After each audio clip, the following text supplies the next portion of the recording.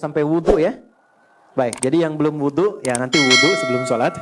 Yang belum belajar tentang wudhu silahkan ikuti tayangan yang lalu di Musyawarah atau di channel kami.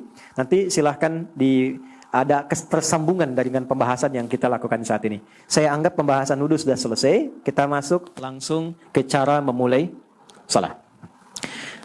Saya minta satu orang untuk berada mendampingi saya. Tuan rumah aja, tuan rumah.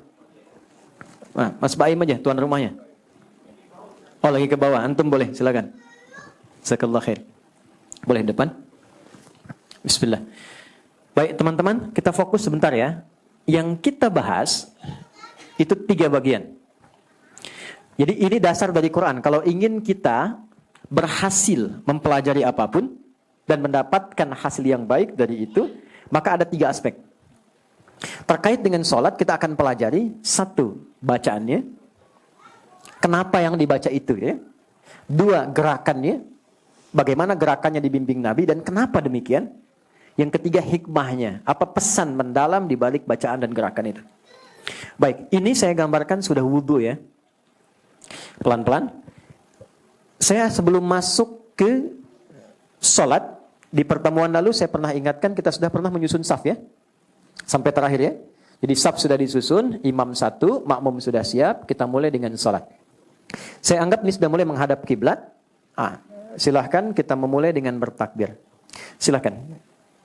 Tahan, berhenti. Oke, 1. Saya minta yang lain. 1 orang lagi. Ayo, siapa saja, cepat. Boleh, Mas Dun?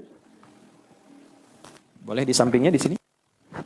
Silakan, antum tahan ya, nggak apa ya. Baik. Silakan Mas Dun. Bertakbir. Tahan di situ. Baik ya. Nah, saya cuma mau tanya, tahu dari mana takbirnya begini? Oke. Baik, kira-kira gini, kira-kira saya tanya. Di antara 2 ini, mana yang benar? Hah? Baik. Yang Mas Dude angkat tangan. Yang satu lagi angkat tangan.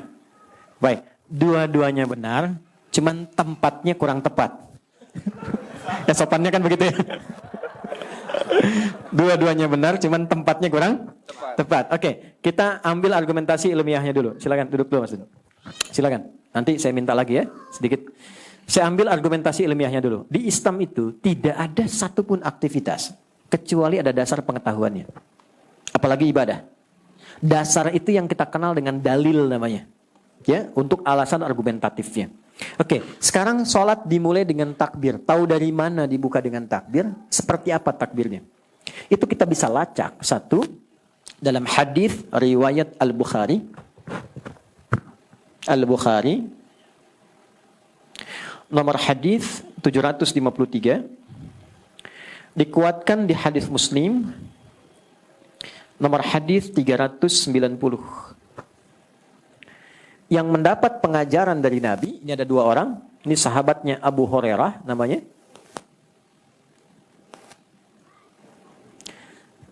Kemudian yang kedua, ada Abdullah bin Umar, putranya Umar bin Khattab radhiyallahu taala anhuma. Abdullah bin Umar. Yang mengalami pendidikan dari nabinya namanya Khalad bin Rafi Az-Zuraiqi. Khalad bin Rafi'. Saya ingin tekankan begini, begitu sempurnanya di Islam, ibadah aja ada dasarnya gitu. Dan itu bisa dilacak dan tokohnya ada. Ini si fulan namanya. Kalau kita cari ketemu itu. Lahirnya kapan, wafatnya kapan, hidupnya bagaimana, itu di Islam demikian. Karena itu yang menjadikan salah satu bukti kebenaran Islam sebagai agama yang benar di sisi Allah, semua apa yang dikerjakan punya dasar yang tersambung kepada Nabi dan Tuhannya. Jelas ya? Ini menunjukkan Islam itu bukan karya manusia, tapi betul-betul bimbingan kehidupan yang langsung Allah turunkan pada Rasulullah SAW. Secara singkat, Khalid ini masuk Islam.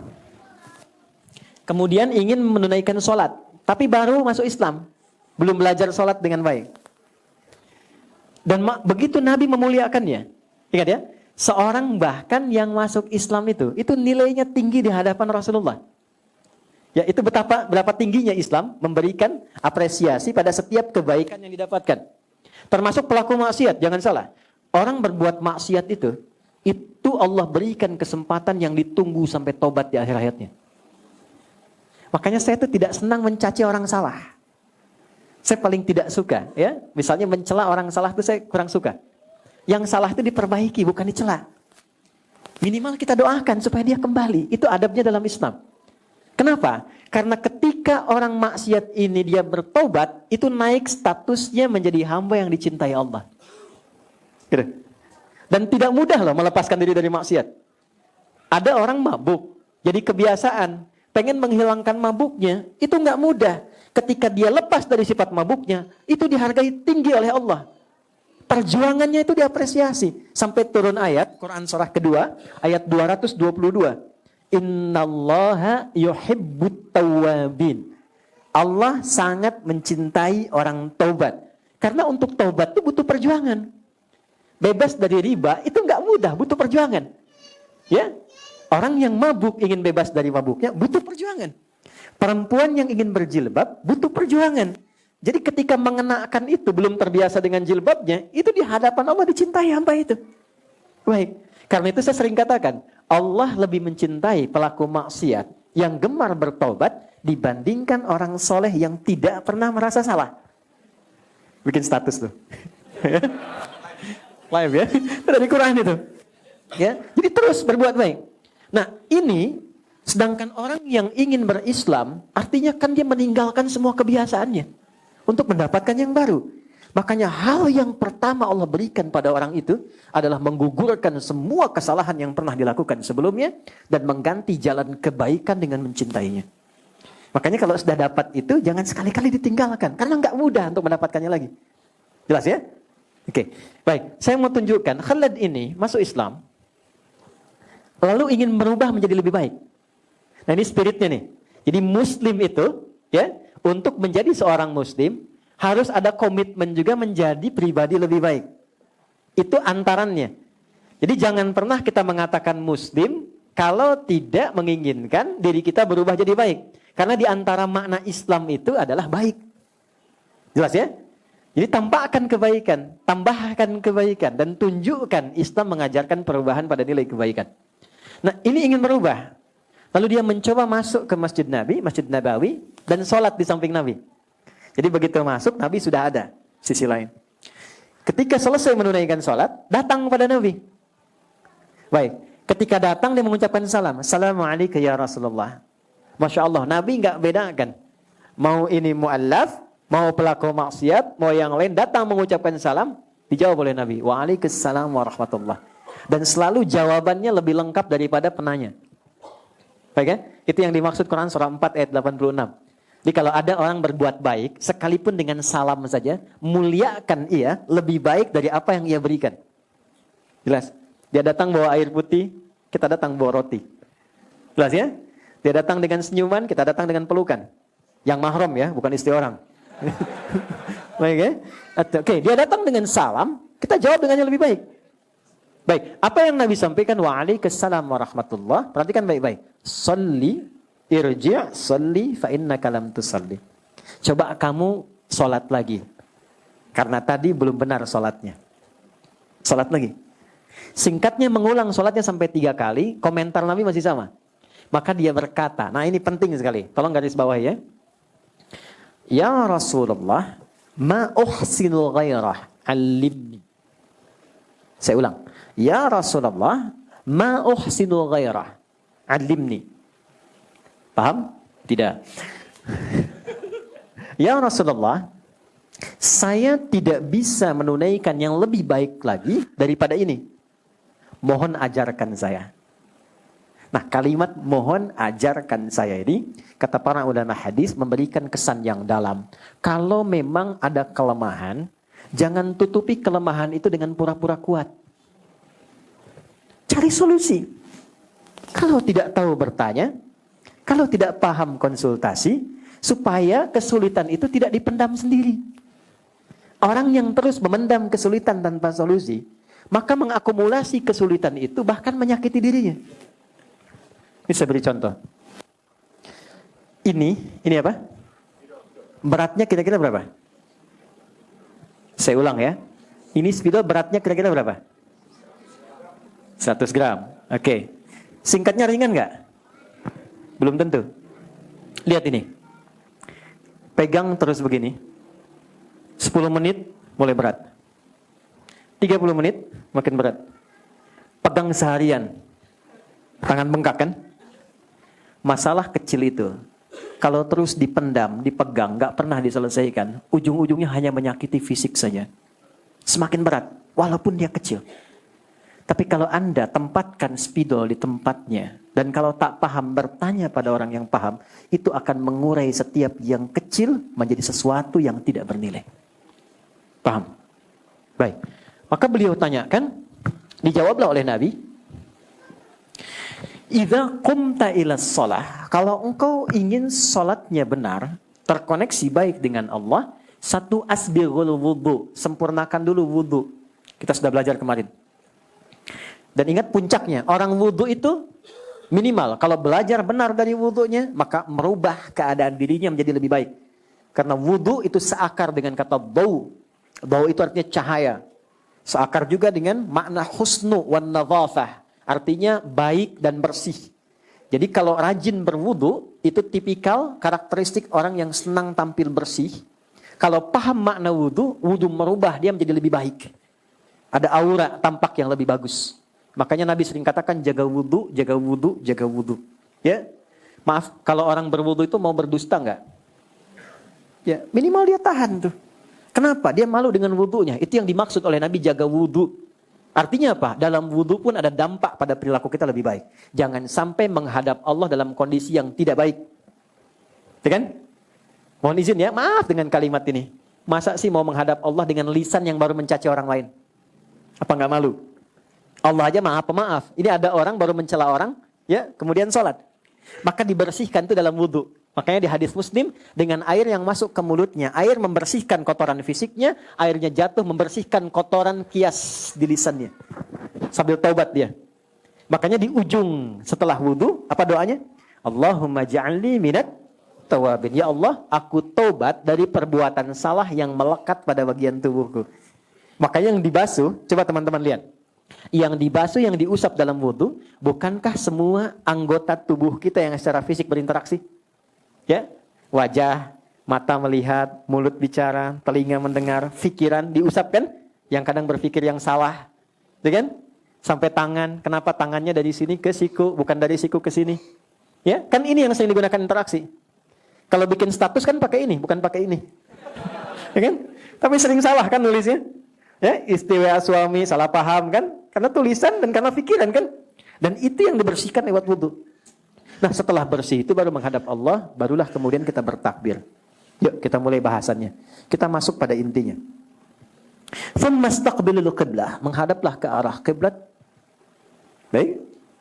Fakabbir, lalu mulai bertakbir. Bagaimana cara bertakbirnya? Hadis Muslim nomor hadis 390.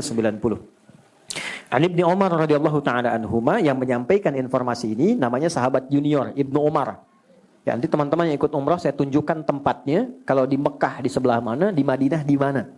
Setelah masuk Islamnya, ya. Umar bin Khattab kemudian punya anak, bagaimana mengelola atau mendidik anak-anaknya supaya jadi tumbuh baik.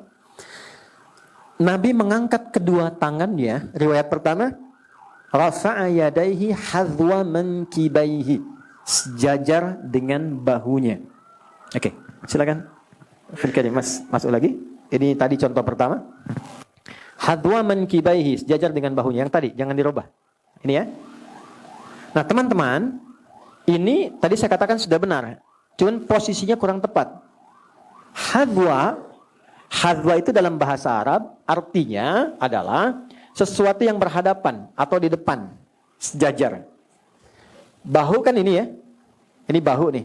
Berarti sejajar itu di sini. Masuk. Ya. Jadi bukan di sini. Kalau ini di samping namanya. Di samping bahu. Jelas ya? Nah, yang tepat itu ini, sejajar di sini. Seperti ini kurang lebih. Jelas? Jadi Allah gini ya. Dan tidak perlu terlampau kaku, kan masih hidup. Oke, ini satu. Jelas ya? Ini. Oke. Ini satu. Versi kedua, yang tadi yang Mas Dude contohkan. Ya. Dinaikkan ke atas, yuhadhi udhunaihi, mendekati ke telinganya di sini. Agak ke dalam sedikit. Agak ke dalam, pelan aja, nggak usah dikaku kan, pelan-pelan. Nah, jadi ada yang di sini, baik ya. Yang di sini, kenapa berat sebelah nih? Lurus ya. Tenang aja, seimbang ya. Nih, ada yang sini naik sedikit di sini. Jelas? Jadi di sini dengan di sini. Dan ini penting dan pasti akan ada perbedaan di setiap kita karena ukuran bahu kan tidak sama. Baik ya. Nah, dan ini penting, pahami posisinya karena ini akan dibawa saat sujud. Jadi saat sujud ini nggak berubah, tetap seperti ini. Jadi mulai diangkat Allah sini, ya kan? Yang pertama. Baik ya, satu di sini seperti ini. Atau yang kedua naik sedikit di sini. Jelas? Silahkan mana yang paling nyaman. Ini atau di sini. Paham? Baik, jazakallah khair. Ini satu. Posisinya tadi ya, di sini ya. Baik, silahkan kembali. Jadi di sini, bukan di sini. Di tidak Allah, kan? Baik, tapi di sini. Jelas? Baik, di sini atau ke sini sedikit ke atas. Ini untuk cara. Baik, kenapa tangan diangkat? Apa hikmahnya? Ini ada kitabnya, ada bukunya. Baik ya? Ada kitabnya, ada bukunya. Ini nanti tentang hikmah. Namanya Nadharat fi Ma'anis Shalah. Ya, tentang menggali tentang hikmah dan makna dari gerakan dan bacaan sholat. Jadi mengangkat begini, ini ada dua makna. Satu, seperti ini gambarannya untuk membuang urusan dunia ke belakang. Buang ke belakang. Jadi maksudnya apa? Kalau akan sholat dan ingin khusyuk terkoneksi pada Allah, jangan bawa dunia. Jadi persoalannya, orang mau sholat tapi dunia masih dibawa. Itu yang menyebabkan orang tidak khusyuk. Ya? Jadi lisannya Allahu Akbar, tapi di hatinya masih proyek Hu Akbar. Tuh kan? Handphone Hu Akbar, sendal Hu Akbar, konten Hu Akbar, gitu kan? Ya, itu masih terbawa. Dan akhirnya menyebabkan setan mudah untuk menggoda. Ingat, ada setan khusus yang tugasnya memang menggoda orang sholat. Nanti satu waktu kita belajar ya, kalau sudah selesai ya Mas Dim ya, bikin pelajaran khusus fikih setan. Belum pernah ada kan? Iya, kita hafal malaikat tapi nggak tahu setan. Persis orang mau berangkat, tahu jalan yang mulus tapi nggak tahu di mana lubangnya. Jadi bisa terpleset. Mesti tahu sehingga bisa dihindari. Dari mana taunya kalau sedang digoda? Tahu-tahu basah saja, tahu-tahu salah, tahu-tahu ngambek saja. Nggak tahu bahwa ada setan sudah lebih dulu memprovokasi. Nah, ada 9 jenis setan yang harus diketahui. Salah satunya setan yang khusus menggoda orang sholat. Maksudnya, setan rumah ada. Hati-hati, ada setan rumah, ada setan masjid. Setan masjid itu spesial, godain DKM masjid. nanti ada babnya itu. Makanya orang kalau satu jamaah pergi, yang lain datang. Tapi kalau DKM-nya ribut, orang malas datang. Dan biasanya kalau masjid belum jadi, semangat. Kalau sudah jadi, potensi ribut. Ya? Nah itu ada. Kalau nggak paham, susah menghindarinya. Nah, setan yang menggoda orang sholat namanya khanzab. Ada yang membaca khinzib, ada yang membaca khanzab. Hati-hati, kalau mirip-mirip cepat ganti nama. Ya. Ya, ada A'war, ada Dasim, ya, perempuannya Dasimah. Kemudian ada, nanti kita bahas lain waktu. Ini khanzab. Apa kerjanya? Begitu tangan diangkat, ini nanti bisa dibuktikan ya. Begitu dimulai sholat tangan diangkat, maka dia mulai bertugas. Fayaqulu syaitanu, di hadisnya Abu Daud, fayaqulu syaitanu, maka dia mulai membisikkan, ditanamkan di pikiran orang sholat itu, udhkur kada, udhkur kada. Ingat ini ya, ingat itu ya. Anda kalau tidak percaya, sebelum sholat, kita itu siap fokus, gak ingat apa-apa. Maunya sholat aja. Tapi begitu tangan diangkat, Allahu Akbar, yang tak ingin diingat, bisa ingat. Nanti saat zuhur ya, saat zuhur nih, lihat aja nanti. Jadi begitu takbir Allahu Akbar, ini isi ceramah saya pun akan muncul. Ingat ya, setan itu nanti itu bukan saya, setan itu. Ya. Itu muncul, nggak percaya silakan, nggak diundang datang sendiri. Ya, maka ketika mulai mengangkat seperti ini, kalau banyak yang dibawa, nggak tuntas dulu, nggak dibuang ke belakang, maka yang diolah oleh setan itu lebih banyak, lebih beragam. Karena itu yang pertama dilakukan, buang urusan dunia ke belakang. Kemudian pasrahkan diri kepada Allah. Orang kalau ditangkap dan ditodong senjata menyerah, bukankah seperti ini? Bukankah ini tanda pasrah? Ya kan? Maka ulama memberikan penafsiran, mengangkat ini pun sebagai tanda kepasrahan kepada Allah. Menunjukkan kita tawakal dalam kehidupan.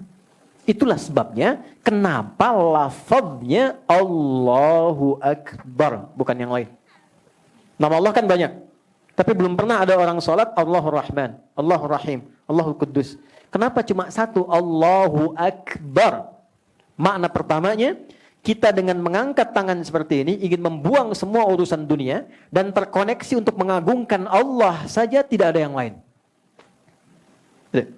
Makanya kalau ingin khusyuk, salah satunya, ketika mulai mengangkat, dunia kita buang dan jadikan semua yang agung hanya Allah saja, yang lain lepaskan. Mudah bagi Allah mengecilkan apa yang Anda anggap besar. Maaf ya, maaf sekali. Contohnya nih kemarin kan Jumat ya. Itu ada surah khusus namanya surah Jum'ah. Surah 62. Itu di ayat 11-nya jelas sekali Allah sampaikan. Orang yang tega, kata Allah, menjual imannya untuk dunianya, yang masih sibuk dengan bisnis, dengan proyek, dan dia meninggalkan Jumat. Itu bahasa singkatnya kata Allah, mudah bagi aku menghancurkan bisnisnya dan mewafatkan dia saat itu juga. Tapi kalau engkau mau datang menunaikan Jumat, mintalah kepadaku, aku buka jaringan dalam Jumat, aku lebarkan duniamu, aku mudahkan rezekimu. Wa idza ra'au tijaratan aw lahwan infaddu ilaiha wa tarakuka qa'ima qul ma 'indallahi khairum minal lahwi wa minat tijarah wallahu khairur raziqin. Hei, bukankah engkau tahu aku yang memiliki rezeki? Aku yang mengatur segalanya. Kenapa engkau tinggalkan Jumat untuk mengejar dunia yang engkau tahu aku pemberinya? Okay? Maka mudah bagiku untuk memberikan kepadamu atau menghancurkan pekerjaanmu saat ini dan mewafatkan kau saat itu juga. Ya, maka dari itu saat terkoneksi dengan Allah, abaikan yang lain karena kan yang punya semuanya Allah. Itu gambarannya. Baik ya. Yang kedua, mohon izin. Ini yang paling dalam sekali. Ini yang paling dalam. Kadang-kadang ada orang sholat masih membawa status sehingga merasa besar saat dia memulai sholat. Status dengan kedudukan, status dengan harta benda, status dengan popularitas, status dengan keilmuan. Sehingga tanpa dirasakan, begitu dia mulai bertakbir, kebesaran itu terbawa. Ya, dan lupa bahwa yang paling agung itu Allah. Atau yang ketiga, status maksiatnya. Dia bawa maksiat menjelang sholat dan merasa nyaman dengan itu. Coba cek di handphonenya masing-masing. Jangan sampai ketika mau sholat, dalam handphonenya itu isinya apa yang tidak Allah sukai. Aurat yang tampak, hal-hal yang tidak baik. Apalagi membawa perangkat yang tidak benar. Lalu dibawa dalam sholat dan mengatakan Allahu Akbar. Itu akan sulit membawa kehusyuan. Maka dari itu, apa yang harus dilakukan? Begitu mulai menghadap kiblat, yakinkan pada diri kita bahwa saatnya terkoneksi dengan Allah, buang urusan dunia ke belakang, dan rasakan boleh jadi bila ajal tiba, Allah bisa mewafatkan dalam keadaan kita sedang bertakbir kepadanya. Ya. Masih ingat ayat yang dulu? Wa annahum ilaihi raji'un. Kalau memang merasa pengen khusyuk, bayangkan mungkin dipanggil saat kita terkoneksi dengan Allah. Jelas? Oke, satu.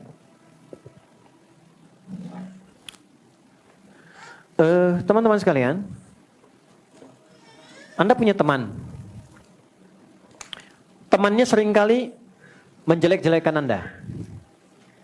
Kemudian yang kedua, berbicara yang tidak baik tentang Anda di belakang.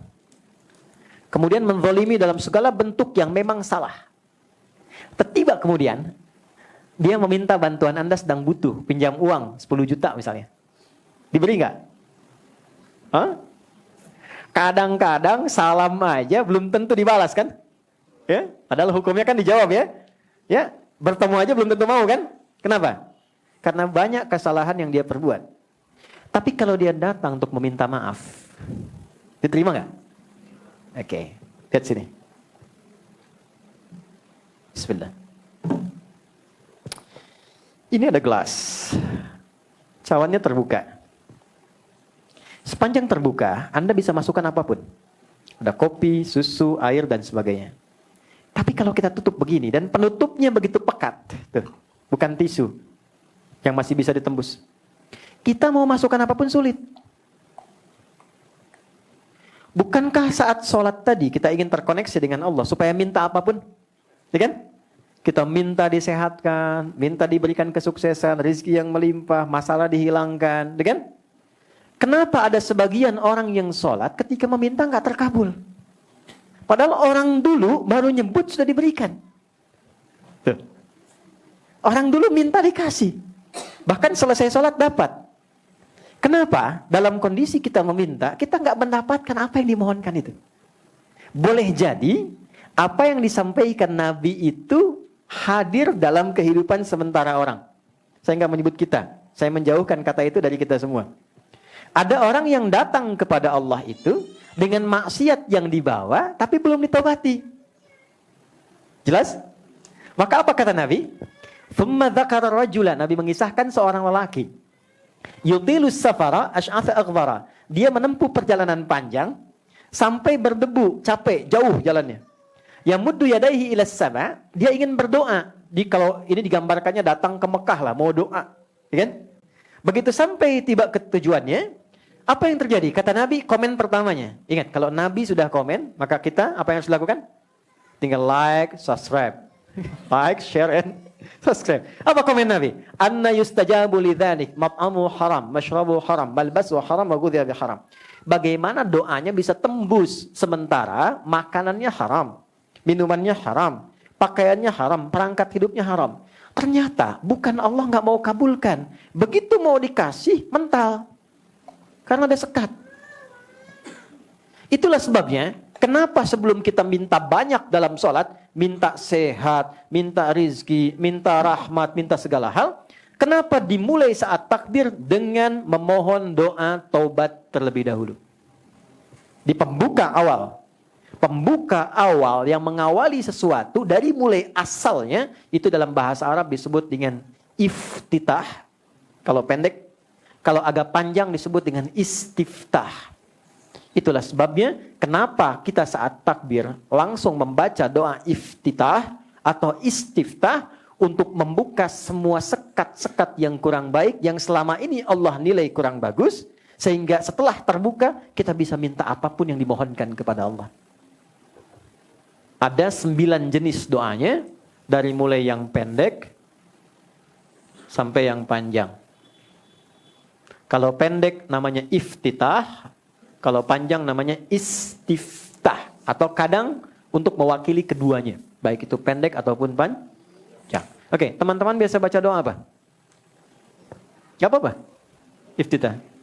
Allahumma ba'id baini wa baina khataaya kama ba'adta bainal masyriqi wal maghrib. Ada yang baca Allahu akbar kabira, alhamdulillahi katsira? Ada yang baca wajjahtu wajhiya alladzi fataras samawati wal ardh? Ada? Baik. Pertanyaannya, tahu enggak maksudnya apa? Paham enggak gitu? Kita baca tanpa paham, dapat pahala dan gugur kewajiban, mengangkat kewajiban. Tapi kalau kita baca paham artinya, maka pemahaman itu memberikan dampak pada jiwa kita. Sehingga menggugurkan dosa-dosa yang pernah kita lakukan dan merubah kita menjadi semakin lebih baik. Saya ambil contoh. Baik, 3 tadi saya bahas dengan cepat. 1. Allahumma ba'id baini wa baina khataayaya kama ba'adta bainal masyriqi wal maghrib. Allahumma naqqini minal khataaya kama yunaqqa thawbul abyadu minad danas. Allahumma ighsilhu bil ma'i wal thalji wal barad. Baik, teman-teman, kalau ada orang berbuat salah, perbuatannya disebut dengan akhto'a. Oke? Kesalahannya disebut dengan khoti'ah. Kalau banyak, maka disebut khotoya. Itu yang banyak salahnya. Khotoya. Gini. Khotoya. Yang banyak salahnya. Oke? Kalau saya mengaku, saya ini banyak salah, maka tambahkan ya kecil di ujungnya. Khotoya ya. Gini. Artinya saya mengaku banyak salah. Saya mau tanya, siapa matanya yang tidak pernah berbuat salah dalam memandang? Ada? Oke. Dari tadi pagi bangun sampai sekarang, pernah nggak salah lihat? Barusan masuk aja udah salah lihat ya? Huh? Oke. Pernah nggak telinga itu berbuat salah dengar? Baik, sampai ke ujung kaki, selalu pernah salah kan? Baik ya? Artinya, kesalahan yang dilakukan itu tidak 1, 2, mungkin banyak. Ini yang datang ke sini pun, saya ingin tanyakan. Dengan orang tuanya, baik tidak? Ada masalah enggak? dengan pasangannya, dengan anaknya, dengan kerabatnya. Puncaknya dengan Allah. Tidak ada satupun manusia yang bebas dari salah. Semua pasti pernah berbuat salah. Tapi indahnya Allah, dipanggillah setiap hari 5 kali untuk memperbaiki kesalahannya. Jadi tidak mungkin orang jadi baik kalau tidak ada salah. Kesalahan itu dihadirkan untuk belajar supaya jadi lebih baik. Sama, saya kadang suka heran. Orang berdoa minta sabar, tapi saat dikasih jalannya tidak menerima. Saya tanya ya, kalau Anda minta sabar sama Allah, dikasih oleh Allah sabar atau dikasih ujian? Pasti diberi ujian supaya merasakan kesabaran itu. Sebab kalau dikasih sabar langsung nggak mungkin. Ya kan? Coba lihat, Bapak Ula berdoa, ya Allah berikan aku kesabaran. Terus nggak ada hujan, nggak ada angin, Mas Baim pulang ke rumah. Nggak ada apapun. Sabar ya sayang. Kira-kira bagaimana responnya? Kamu sehat? Karena nggak ada apapun. Kalau Anda mengharapkan sabar, Anda pasti diberikan masalah. Kalau orang berharap kesuksesan, apakah langsung dikirimkan harta? Tidak. Kan diberikan pekerjaan. Kalau orang berharap kebahagiaan, nggak akan diturunkan langsung. Pasti diberikan jalan untuk saling mencintai, baru bahagia. Sama persis kalau orang ingin jadi baik, maka Allah turunkan ujian yang menguji dia supaya belajar dari kesalahan, supaya jadi baik. Karena itulah orang kalau saat akan sholat, pasti punya salah yang dibawa. Maka bayangkan sebelum sholat, mata itu salah memandang, mungkin. Boleh jadi sebelum sholat kepada anak salah melihat. Ini share ya. Apa yang saya biasakan. Mungkin kalau bermanfaat silahkan ambil. Kalau tidak Anda boleh tinggalkan. Saya itu pribadi yang menata diri untuk tidak pernah bisa marah pada anak-anak. Gak bisa marah. Sederhana. Anak kalau belum balik, Allah menilainya itu tetap dengan kekanak-kanakannya. Gak ada hisab. Jadi kalau dia salah, itu gak dihisab oleh Allah karena masih anak-anak. Jelas? Jadi saya itu kalau mau marah sama anak, saya tarik lagi, saya berkata, ya Allah, masa saya yang dihisab mau marah kepada anak yang tidak dihisab? Yang salahnya nggak dianggap. Tapi yang paling tidak adil kadang-kadang, ketika anak-anak itu sudah menyiapkan yang terbaik untuk menyambut ayahnya pulang, lalu datanglah Anda membawa wajah emosi kepadanya. Yang anak itu bahkan nggak tahu apa yang didapatkan oleh bapaknya. Anak di rumah itu nunggu Anda sebagai ayah, bukan sebagai pejabat. Saya seumur-umur pulang ke rumah, nggak pernah disebut Ustadz gitu. Nggak ada anak-anak nunggu saya pulang datang ke rumah. Syekh gitu, nggak ada. Ustadz. Mereka ingin ayahnya. Oh ya. Kalau Anda lihat tas saya, itu saya selalu simpan kertas dan saya selalu jaga. Di dalamnya ada satu yang anak saya buat perempuan. Dia tuliskan, dia gambar love, dia tuliskan di atasnya, I love you Buya. Buya adalah Buya terbaik yang Allah kirimkan menjadi ayahku. Dan itu dia susun menunggu ayahnya pulang. Bahkan dia jaga tidurnya. Maka siapa saya kemudian datang tiba-tiba ada masalah dengan jamaah langsung pelototi anaknya. Dan dia menyambut di depan pintu depan rumah itu. Saya pernah tunggu saat Amil usia 2 tahun, anak saya pertama. Itu nunggu di depan rumah, di pintu. Sampai 10:30 malam. Anak usia 2 tahun mau masuk 3 tahun. Karena diceritakan ibunya tentang bagaimana pekerjaan kita di luar. Dia tunggu. Hanya ingin melihat. Begitu saya datang, buya, senangnya luar biasa. Main bola yuk, ayo. Main bola. Main kuda-kudaan yuk, ayo. Saya jadi kuda. Ayo 11. Tapi kadang saat kita mau sholat, itu oleh Allah ditunggu tuh. Salah apa dengan wajah terhadap pasangan, istri ke suami, ke ayah, ke ibu, ke teman-teman. Maka itu dibawa. Karena itulah ketika kita memulai takbir, kadang-kadang mohon maaf, ada hijab yang menyekat doa tidak terjawab. Bukan karena ketaatan kita dekat dengan Allah. Mungkin masalahnya dengan orang sekitaran kita. Bukankah ridho ibu bagian dari ridhonya Allah? Ridho orang tua. Makanya Anda pun yang muslim, tapi orang tua belum masuk Islam, itu di Islam tuh nggak boleh mengecewakan orang tua. Tidak boleh kemudian menzalimi orang tua. Menyakiti itu nggak boleh. Quran surah 31 ya di ayat ke-15. Kalaupun ada perbedaan agama, anak dengan orang tua, wa in jahadaka ada an tusyrika bi ma laysa laka bihi ilmun fala tuti'huma. Kalau orang tua memaksa untuk kembali kepada keyakinan asalnya sebelum masuk Islam, maka silahkan tolak dengan lembut, jangan sakiti. Wasahibuhuma fid dunya ma'rufa. Tapi jangan sampai perbedaan keyakinan itu menghambat engkau untuk berbakti kepada ayah ibumu. Dalam urusan dunia tetap disayang. Ibu kalau lelah pijiti, ayah senyumi, ada hasil kirimkan. Itu indahnya Islam. Indahnya Islam. Nah, karena itulah kadang-kadang yang menghambat ridha Allah turun di pekerjaan, di kelancaran, di proyek. Mungkin bukan karena Anda kurang tahajud. Bukan karena kurang baca Quran. Boleh jadi ada hak sementara orang di sekitaran kita yang masih tertahan. Maka kita katakanlah, Allahumma ba'id baini wa baina khotaya. Ya. Nah, cara menerjemahkannya, terjemahkan di kalimat ini dulu. Ya Allah, hamba mengaku hamba banyak salahnya. Kesahkan kesalahan itu. Hamba mengaku hamba banyak salahnya. Dan hamba pun menyadari engkau yang tidak terbatas maafnya. Maka mohon jauhkan antara aku dengan kesalahan yang pernah aku perbuat sejauh-jauhnya. Aku nggak mau lihat lagi sampai dengan ke akhirat. Jauhkan seperti timur dan barat yang nggak pernah menyatu. Karena saat itu tidak ditaubati, di akhirat ditampakkan. Wa may ya'mal mithqala dzarratin khairan yarah, wa may ya'mal mithqala dzarratin syarran yarah. Sehebat apapun sekarang ditutup, itu kalau nggak diselesaikan diungkap di akhirat. Maka kita memohon, ya Allah jangan diungkap. Karena yang tahu makin banyak. Maka kita buka dulu, sadari dulu. Ini kalau kita baca sampai sini aja, sholat mengajarkan kita menjadi pribadi yang baik. Itu poinnya. Ya Allah kalau berat itu dihapuskan, maka bersihkan ya Allah. Mohon hapuskan sekalipun menggunakan air yang dingin. Seperti kotoran dibersihkan dari noda. Kama yunaqqa thawbul abyadu minad danas. Sampai di sini, kalau kita betul-betul sadar, evaluasi ujung kepala sampai ujung kaki. Ya, dapatkan ke telinga, terus ke tangan, sampai ke ujung kaki. Kalau sudah merasa nyaman, tenang, enak, baru kemudian ngangkat. Bukankah itu sambil bersedekap kan? Ya kan? Baca itu sambil sedekap kan? Baik, ya sekarang kita masuk bagian selanjutnya. Gimana cara bersedekap? Boleh dibantu? Siapa? Gantian? Sebaim, sini. Alhamdulillah. Jarang-jarang lihat pakai sarung nih.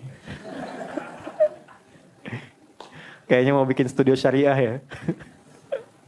Tekanlah. Baik. Oke, Mas takbir, tangannya disimpan di mana? Ya oke, Allah terus sedekapnya. Oke, tahan sebentar. Oke, ini udah bagus, pelan-pelan sebentar. Pertama, perhatikan teman-teman sekalian, posisinya dulu. Perut mana? Ini perut ya. Perhatikan sini, ini perut. Dada mana? Sini ya. Perhatikan. Di sini, di dada dengan di perut itu ada rongga di sini. Ya kan? Di diafragma itu ada rongga. Oke? Baik. Ini yang dimaksud menyimpan tuh di sini. Ini namanya sodar. Sodrun. Ini sodar. Kalau di sini namanya nahar. Nahar itu yang dekat ke leher di sini. Teman-teman kalau lihat unta itu kalau disembeli dia tidak dijatuhkan. Tapi langsung disembeli itu di naharnya yang dekat ke tenggorokan, ke lehernya di sini. Ya, itu di sini. Makanya inna a'tainakal fasholli lirabbika wanhar. Kalau ini perut namanya. Ya. Nah, dalam hadis meletakkan tangan itu yang dekat ke sahih hadisnya itu di sodrun, ya, di dadanya, di sini di rongga sini, bukan di sini. Kalau ini batnun, ada hadis tersambung ke sahabat Ali bin Abi Thalib di perut tapi hadisnya dhaif. Oke, yang agak mendekati lebih kuat tuh di sini. Dan ini selaras dengan makna. Oke, nanti saya jelaskan maknanya. Ini namanya apa? Sodrun. Jamaknya sudurun. Oke, pelan. Baik. Yang kedua, yang diletakkan pertama di sini kanan atau kiri? Kiri kan? Oke, kiri kan? Baik. Setelah itu ditutup pakai apa? Kanan. Saya praktekkan dulu caranya ya. Tadi sudah benar diangkat begini. Lalu di sini, ini ada 3 cara.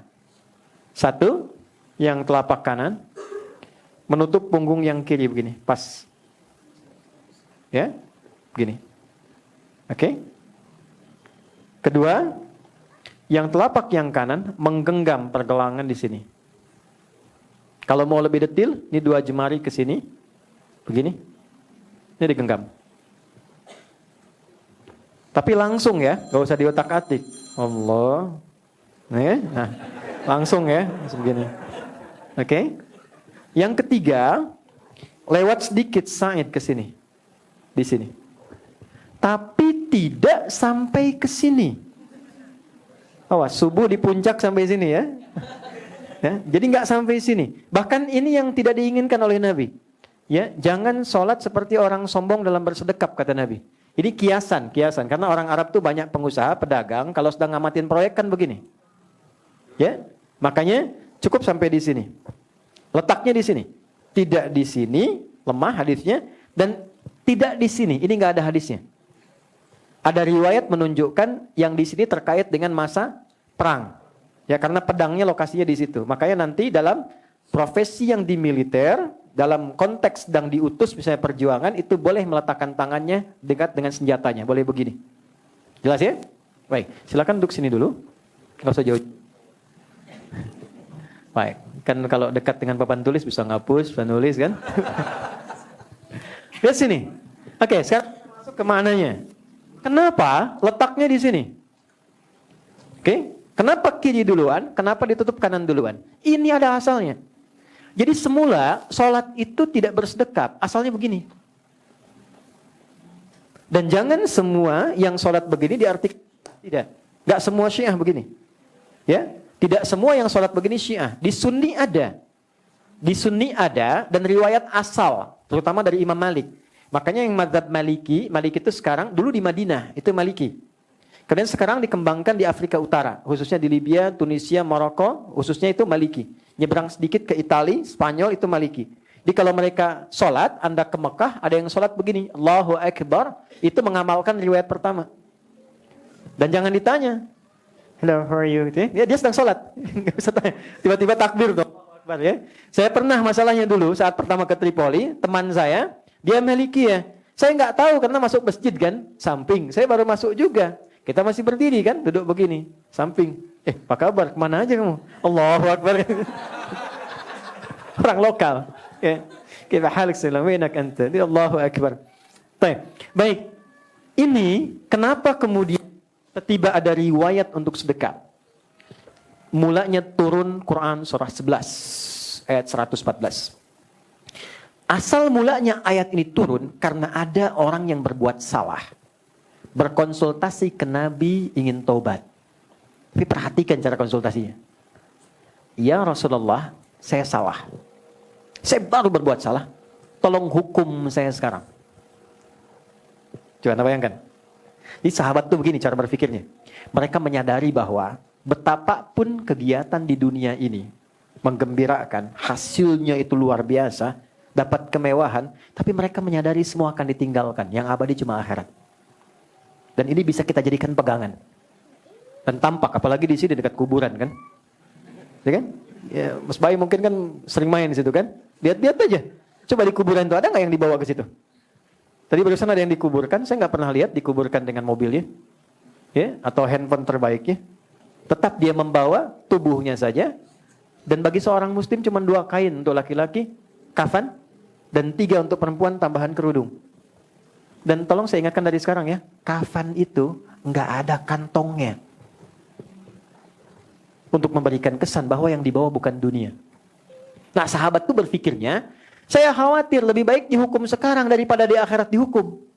Karena pada akhirnya segala kemewahan dunia pun akan ditinggalkan. Tapi bukan dilarang hidup mewah. Yang passionnya ingin dengan harta justru diminta oleh Quran dan hadis sekaya-kayanya. Supaya bisa ibadah dengan hartanya. Kalau belajar sepintar-pintarnya. Supaya bisa ibadah dengan ilmunya. Jadi kalau Anda usaha jangan nanggung. Sampai tingkat tertinggi. Jadi ada 3 tingkatan kekayaan itu. Kaya banget, kebangetan kayanya. Itu yang ketiga tuh. Ya, sampai yang ketiga. Kalau nggak dapat tuh gimana bisa infak? Gimana ngajarin sedekah? Gimana zakat? Gimana haji? Gimana menghajikan orang? Mengumrahkan orang?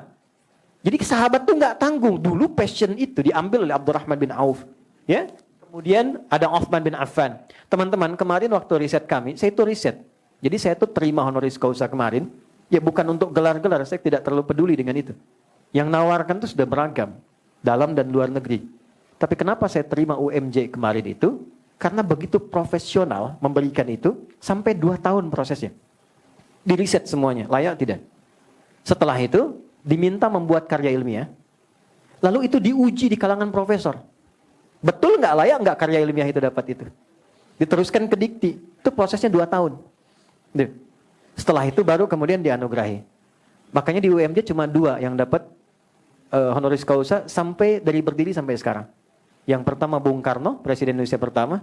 Kedua, kami kemarin itu. Ya, dengan panjangnya proses itu.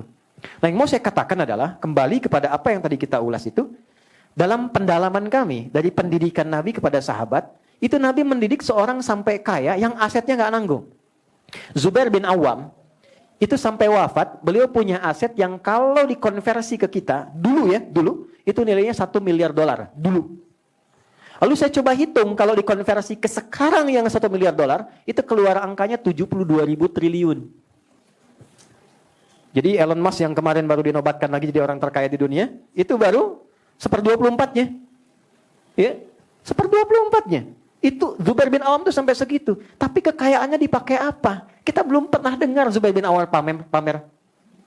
Belum pernah dengar Zubair bin Awam ria misalnya. Gak ada. Dan semua mengakui beliau kaya. Abdurrahman bin Auf lebih dahsyat lagi. 3 kali lipat hartanya Zubair. Jadi kalau 72.000 triliun dikali 3, itu hartanya Abdurrahman bin Auf. Apa yang beliau lakukan? Ibadah dengan hartanya. Sampai Sayyidah Aisyah pernah komen. Ketika satu kali ada 600 kafilah. Kalau kita sekarang 600 truk isinya emas semua. Emas, mutiara, berlian. Datang dari satu sektor bisnisnya Abdurrahman bin Auf. Dari sekian banyak. Begitu datang kata Sayyidah Aisyah. Inilah Abdurrahman bin Auf. Yang kata Nabi masuk surganya dalam keadaan dihisap cukup detil. Maka ketika mendengar itu apa kata beliau? Saya sodakohkan semua 600 itu kepada semua penduduk Madinah. Tuh. Kaya banget, tapi masuk surga juga. Yang repot kan miskin gak jelas kan? Si kaya masuk surga juga. Utsman bin Affan masih ada sekarang hotelnya. Ini saya tunjukkan, ada aset. Beliau itu gak beli hotel, cuman beli sumur. Yang dimonopoli oleh Yahudi. Beli kebunnya. Sekarang lokasi itu setelah diwakafkan, dialih fungsikan jadi hotel. Dinamakan wakaf Utsman bin Affan. Hasilnya disimpan di rekening. Nama rekening yang Utsman bin Affan. Anda bayangkan, sudah wafat 15 abad yang lalu, punya rekening di Bank Saudi namanya Utsman bin Affan. Kita masih hidup, rekeningnya belum ada kan? Jadi gak usah nanggung, kalau kaya, sekaya-kayanya. Cuman jelas tujuannya. Antum bangun ini untuk apa? Kalau cuman pengen mewah, yang belum beriman pun bisa. Lebih mewah daripada ini. Kalau cuman pengen pintar, banyak di luar sana yang bahkan dapat Nobel. Tapi gak jelas tujuannya. Kalau cuma dapat kedudukan, ya silahkan, semua orang bisa dapat. Mau jadi apapun, legislatif, yudikatif, eksekutif, bisa. Tapi tujuannya apa? Nah, Islam itu memberikan nilai, value dalam Islam itu tinggi. Ya, kita harus dapat jadi sesuatu. Maka diajarkanlah dalam proses sholat itu, bagaimana caranya, dalam konteks kehidupan kita bisa mendapatkan nilai yang baik sisi Allah. Orang ini datang mengatakan, dia punya value dalam dirinya. Ya, dia lihat ke depan. Ya, dia look forward ke depan ada apa nih setelah saya tinggalkan. Maka dia katakan, ya Allah, saya ingin tobat. Datanglah ke Rasulullah. Rasulullah itu sederhana. Kalau beliau mintakan ampun, selesai, diampuni semua dosanya. Maka ketika minta ampun itu, ya Rasulullah hukum saya salah. Saat akan menunaikan sholat, dalam riwayat sholat zuhur. Maka kata Nabi, tunggu nanti habis sholat aja. Ya, tunggu habis sholat aja. Dan hebatnya, Nabi tidak mempublikasikan kesalahannya. Itu dahsyatnya Rasulullah tuh. Jadi kalau ada orang salah, itu antara beliau saja dengan beliau. Dan kalau ada orang salah di pertemuan, misalnya ini, luas ya. Itu oleh beliau, tidak ditunjuk ke orang, tapi dibikin umum kiasannya. Sehingga tidak ada yang merasa dipersalahkan. Nabi sedang Jumat, datang seorang namanya Sulek dari Gotofan. Dikenal dengan Sulek al-Gotofani. Masuk masjid, langsung duduk. Orang tahu kalau masuk masjid, mau itikaf, sholat dulu 2 rakaat. Nabi tidak menunjuk, itu salah, itu tidak. Tapi Nabi membuka dengan kalimat umum. Sahabatku semua, kalau kalian ingin mendekati Allah di masjid, ingin itikaf sementara, maka akan lebih baik kalau sholat dulu 2 rakaat, baru kemudian duduk. Tanpa menyinggung siapapun. Baru kemudian beliau sholat. Anda bayangkan ya, Nabi, Rasul, dekat dengan Allah, tingkat takwa tertinggi, cara memperbaikinya luar biasa. Siapa kita? Bukan Nabi, bukan Rasul, nggak jelas surganya, ya kan? Hisabnya juga masih menegangkan. Kenapa antar pasangan masih saling menyakiti? Kenapa menzalimi kepada orang tua, anak, teman, dan sebagainya? tunggu sebentar, sholat dulu. Saat sholatlah turun Quran surah 11 ayat 114. Aqimis sholata tarafain nahar wa zulafan minal lail. Ini ayatnya, ini syahidnya. Innal hasanati yudhibnas sayyi'at. Lakukan sholat, jaga dengan baik. Waktunya dari subuh sampai dengan isya.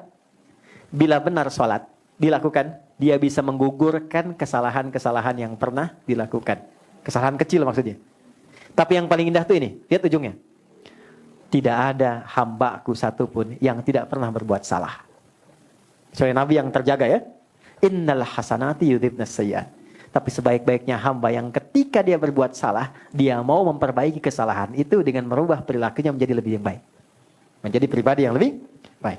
Ayat itu turun untuk memberikan jawaban taubat dari Allah kepada hamba yang tadi, yang dengan ketulusannya dia meminta Nabi untuk menghukumnya.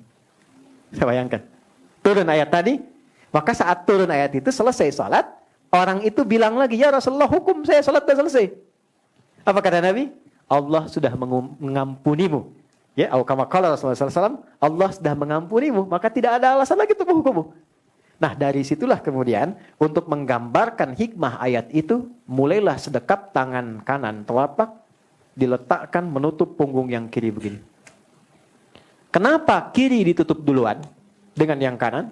Kiri ini gambaran dari sesuatu yang divisualisasikan kadang kurang baik.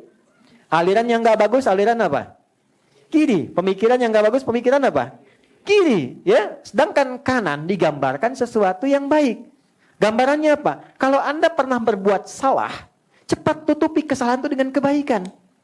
Maka kalau kita perbanyak kebaikannya, yang salah ini akan dilupakan. Siapa sekarang yang mengingat Umar dengan mabuknya? Gak ada.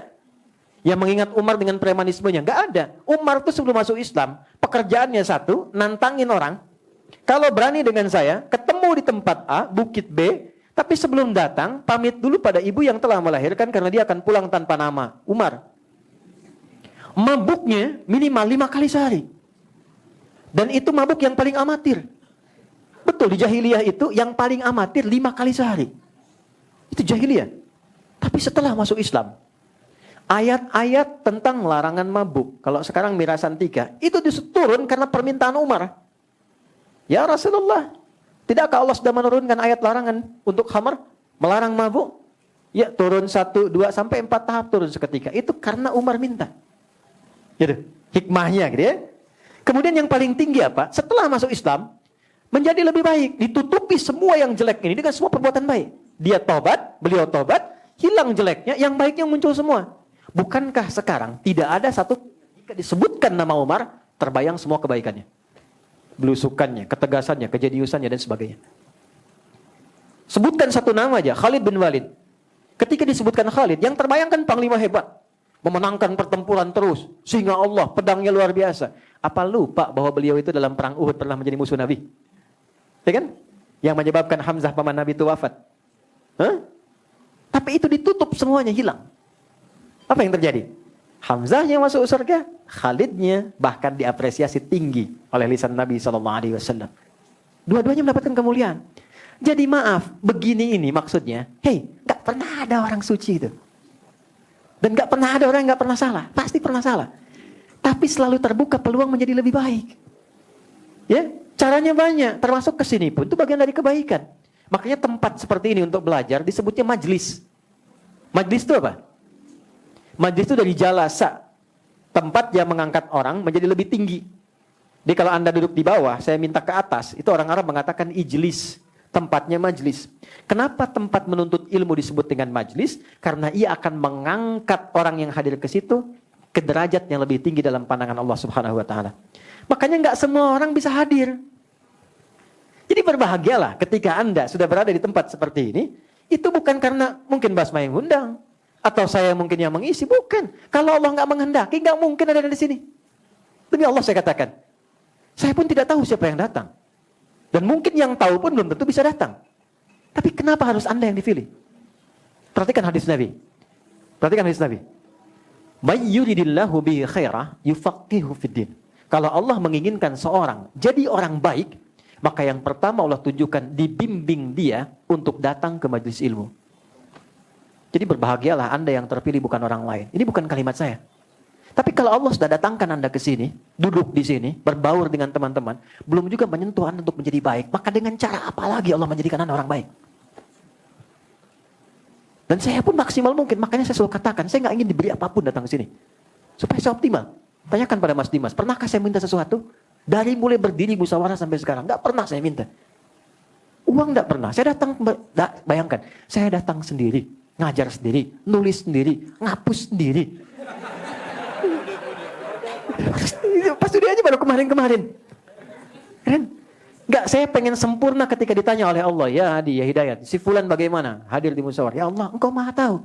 Saya datang, saya tak minta apapun, saya terangkan maksimal saya berikan.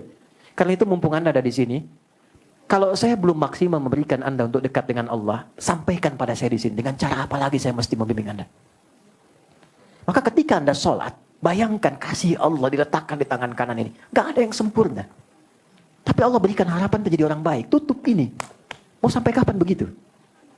Selalu terbuka peluang. Kalau bisa mendapatkan dengan cara yang baik, kenapa memilih yang tidak baik? Dan semua ada babnya. Anda silahkan mau jadi public figure, bikin konten, dan macam-macam. Silahkan saja. Semua terbuka. Kalau Anda membuat status yang baik bisa dilakukan. Kenapa membuat konten yang aneh-aneh? Membuat cerita yang aneh-aneh. Toh yang baik pun akan dilihat juga. Manfaatnya ada. Maka tadi, ini kanan, ini kiri. Tutup. Dan kenapa letaknya di sini? Sodrun, jamaknya sudur. Nah, sudur itu pintunya. Pintunya setan. Ingat, satu-satunya surat dalam Al-Quran yang paling favorit dan dihafalkan hampir semua orang Islam di muka bumi. Surat An-Nas. Qul a'udzu birabbil malikin ila min syarril waswasil alladzi yuwaswisu fi sudurin nas. Sudur jamaknya sodrun. Di dalam sodrun, ini gambarannya. Dalam sodrun, ini sodrun besar. Ada tempat namanya kolbun. Kolbu. Nah, di dalam kolbu ada nafas jiwa. Dalam nafas ada jiwa takwa, ada nafsu fujur. Wa nafsi wa ma sawaha fa'alhamaha fujuraha wa taqwaha. Quran surah 91 ayat 7 sampai 10. Nah, ini jalan kebaikan yang bisikan malaikat. Ini adalah keburukan, sifat-sifat yang provokasi setan. Nah, malaikat disebutkan 88 kali di Quran, setan disebutkan 88 kali. Karena itu kenapa kita selalu bergolak? Kalau diberikan pilihan itu nggak langsung diambil, kadang kan bergolak kan? Ambil enggak. Gambarkan, adzan aja kan kita sudah bergolak dalam hati. Allahu Akbar. Sudah adzan ya Allah, gitu kan?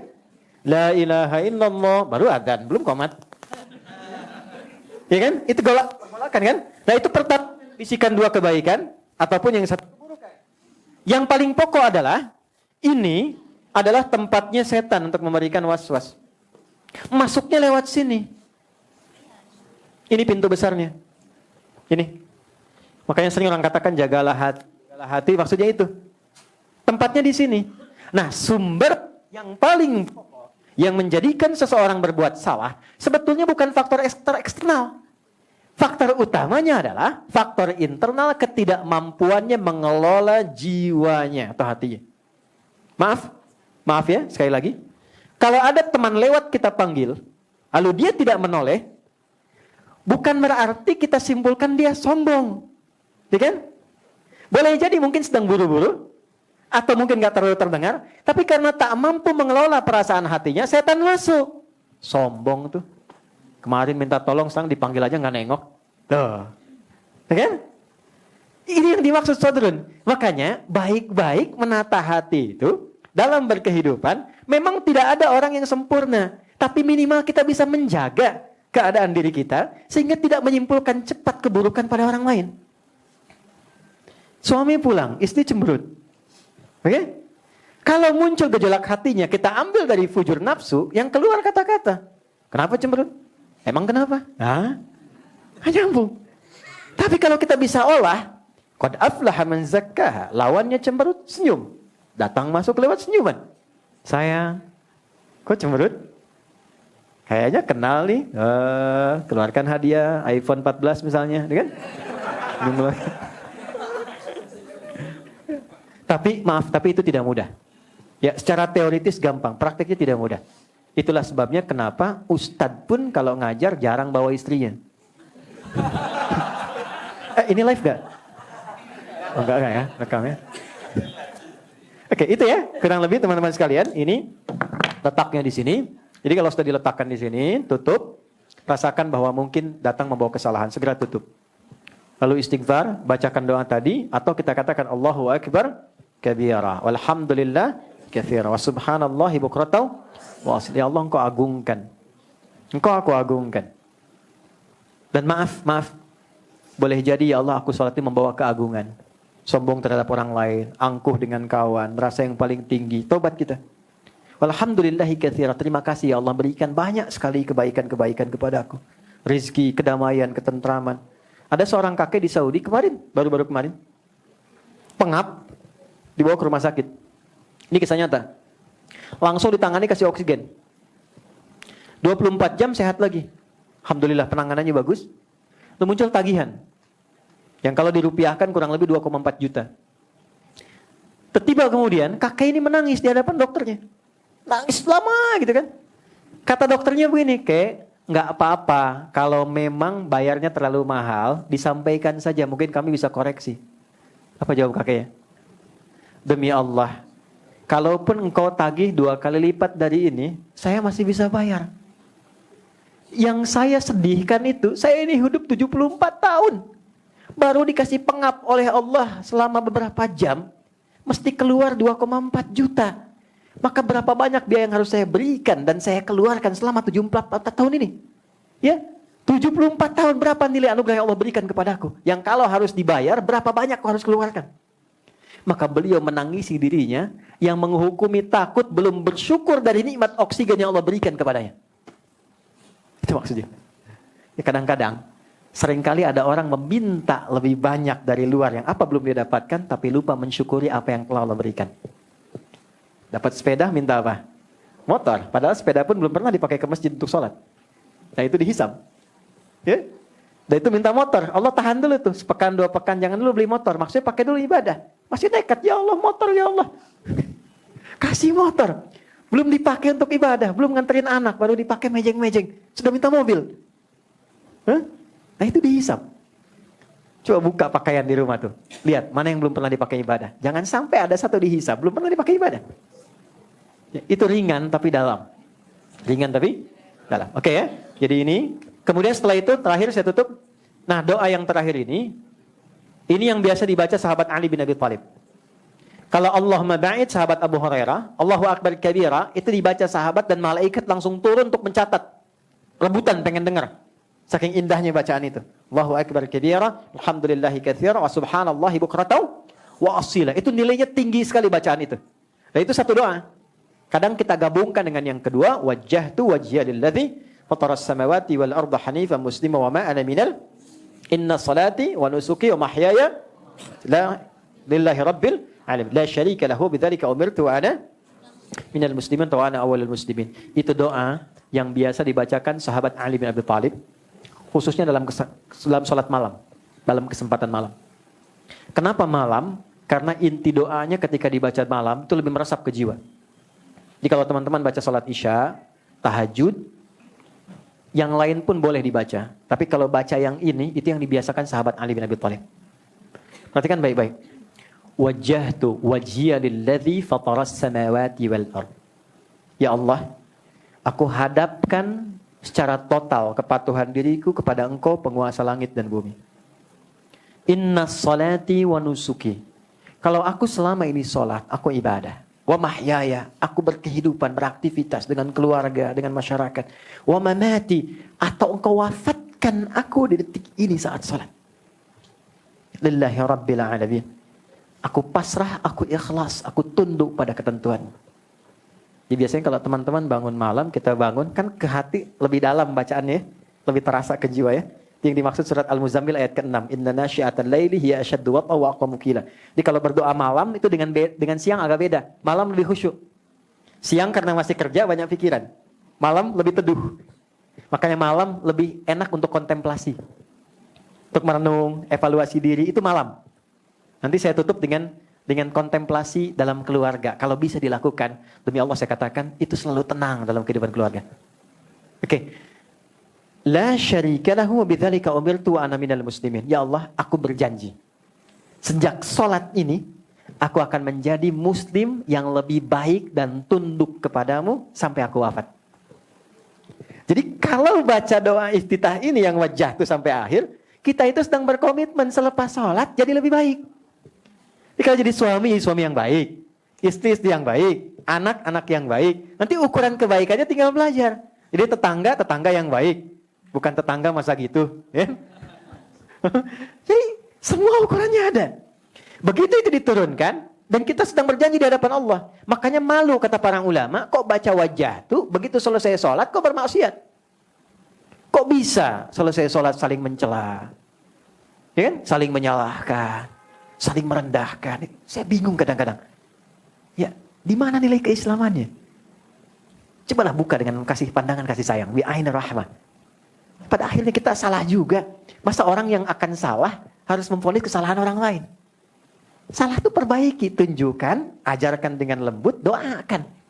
Dan biarkan Allah berjalan dengan takdirnya. Gitu. Kalau hidup seperti itu damai kita. Baik ya. Nah ini sampai iftitah. Baru kalau ini sudah terbuka, sudah lapang, sudah enak, baru baca Al-Fatihah. Dengan maknanya. Dan itu cepat, kalau sudah terbiasa cepat kita. Makanya baca Al-Fatihahnya pun setelah hati merasakan ketenangan. Sekira sebagai pembuka, itu dulu teman-teman. Kita 14 menit menjelang ke zuhur. Kita diskusi dulu. Kalau ada yang mau ditanyakan, saya perkenankan. Dan singkatnya, kita sudah sampai ke bacaan iftitah dalam sedekap. Ya. Masih ada 23 materi yang kita bagi di pertemuan-pertemuan. Ya. Ada kurikulumnya. Saya belum kirimkan karena saya belum terima email. Mas Dines, Mas Dude ya. Nanti kirimkan email. Saya kasih kurikulum. Nah nanti boleh di-forward ke teman-teman yang lain. Jadi datang ke pengajian itu tahu apa yang mau dipelajari. Dan insya Allah saya siapkan resumenya. Oke? Baik, saya kira itu yang kita bisa dapati sampai dengan sedekap.